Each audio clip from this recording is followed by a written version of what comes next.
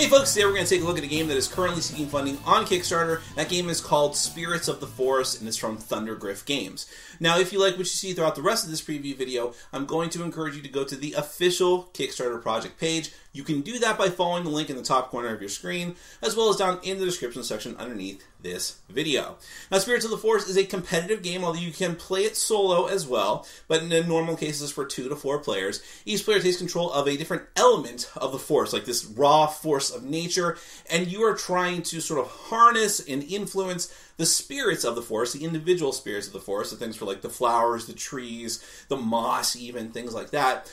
Try to influence them in order to give you their, well, nature points, to put it in gameplay terms. You're going to be doing this by collecting tiles and favor tokens, using your special elemental gemstones, things like that. Now, of course, it's much easier to just show you than to tell you, so let's take a look at the game with a pre-release version of the game. So what you see here may change just a little bit in the final version. Just keep that in mind, and as part of the Kickstarter, more things might be added and things like that. But in any case, let's take a look at it, and then we're going to come back and discuss it further.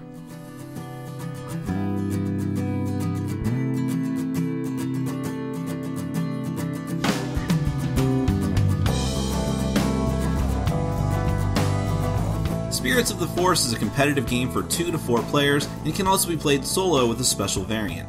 Each player represents a different element of nature, competing to acquire spirit symbols on tiles representing a forest, and gaining nature points for having the most of each spirit.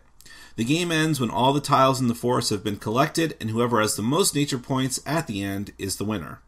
To set up the game, shuffle the deck of 48 spirit tiles, then lay them out face up in 4 rows of 12 tiles. This represents the forest. Every spirit tile belongs to one of the 9 different spirits differentiated by color. The top part of the tile has either 1 or 2 symbols. Either a unique symbol for the spirit of the tile, like branches, flowers, moss, or spiders, or one of 3 power source icons, fire, the moon, or the sun. The number on the bottom of the tile signifies how many total spirit symbols there are in the deck for that particular spirit.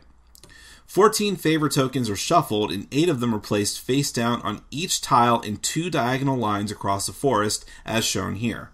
The 6 remaining tokens are removed from the game without looking at them.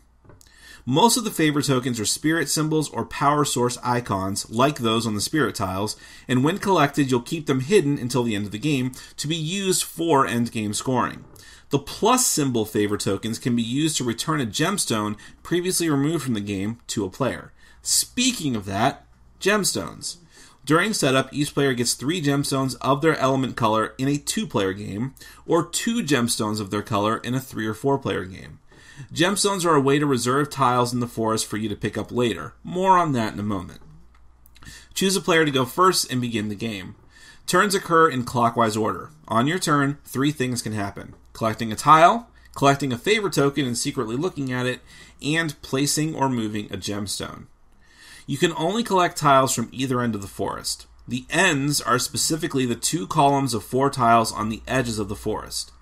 You may either take 1 tile that has 2 spirit symbols on it, or 2 tiles of the same color that each have only 1 spirit symbol, regardless of whether they have power source icons or not.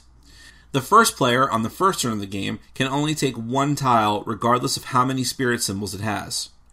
Also, taking a tile immediately makes the next tile in line the new end of the forest. Therefore, it is possible to take 2 tiles that are side by side horizontally. Collected tiles are placed face up and stacked so that all players can see all the symbols and colors that you've collected. If one of the tiles you take had a favor token on it, you immediately take it. You can look at it, but it must remain hidden from other players until either the end of the game, or if it's a plus symbol favor token, until you're ready to use it. Finally, you can either place a gemstone onto a tile of your choice that does not already have a gemstone, or if you have no unplaced gemstones left, you can move an already placed gemstone to another tile. By doing this, you are attempting to reserve the tile to be picked up by you later, at which point you get your gemstone back for further use. However, another player can actually take that tile if they want to, and if they follow the tile collecting rules. But to do so, they must remove one of their own gems from the game, even if it's already on another tile. In this case, the person who tried to reserve it gets their gemstone back for future use. The person who forfeited their gem could use a plus symbol favor token to get it back if they ever get one. When all the tiles in the forest have been collected, the game ends. Every player reveals any favor tokens they collected. All of your spirit symbols are added up for each color separately by looking at all tiles of that color and any favor tokens with the same spirit symbol that you may have collected. Whoever has the most spirit symbols in a color will score nature points equal to the number of those symbols. Other players get 0 points. If there's a tie, however, every tied player gets the maximum nature points for that color.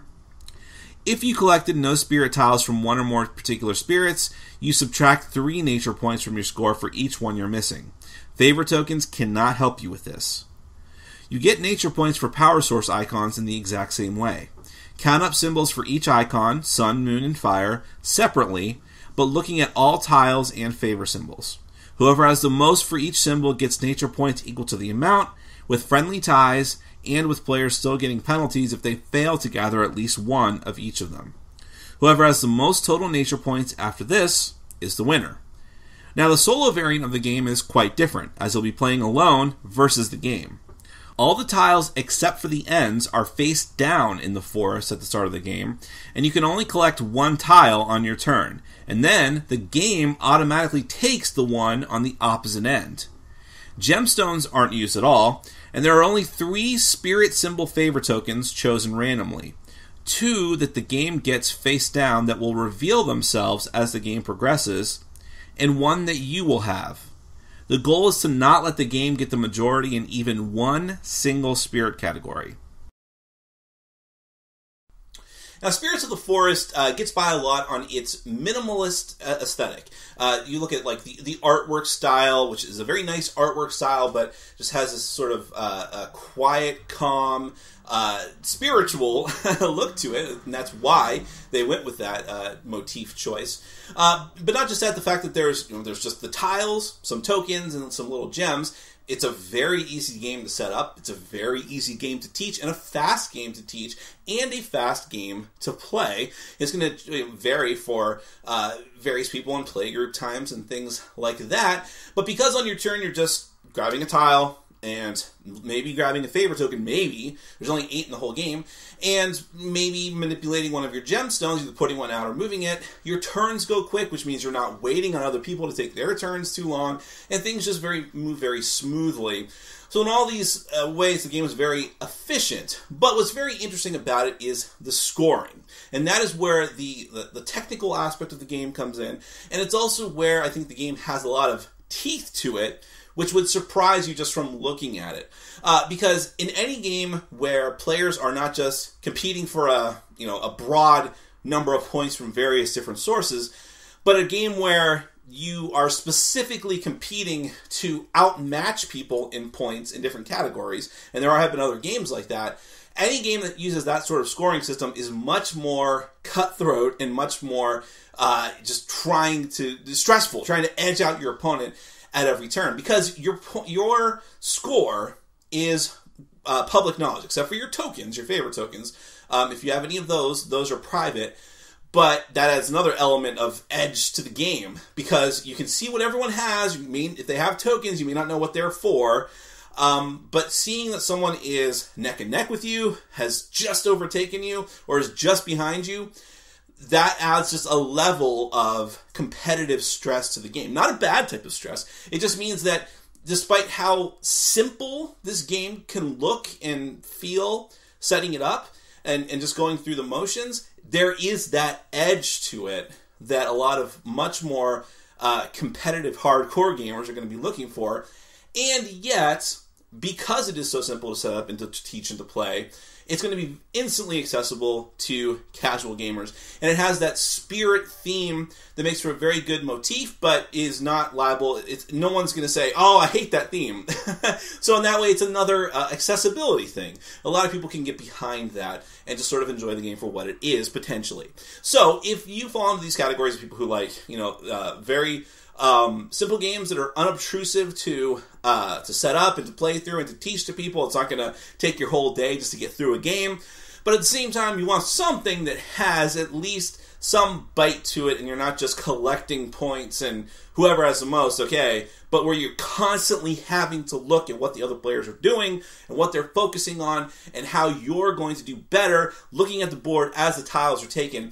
If you like that aspect of the game as well, you're probably going to find something to like in Spirits of the Forest. And you don't have to take my word for any of this. You can go to the official Kickstarter project page, find out more information, and hopefully consider backing the project for yourself. You can do so by following the link in the top corner of your screen, as well as down in the description section underneath this video. That is Spirits of the Forest from Thundergriff Games. Thank you so much for watching, and as always, for supporting our sponsors. Take care.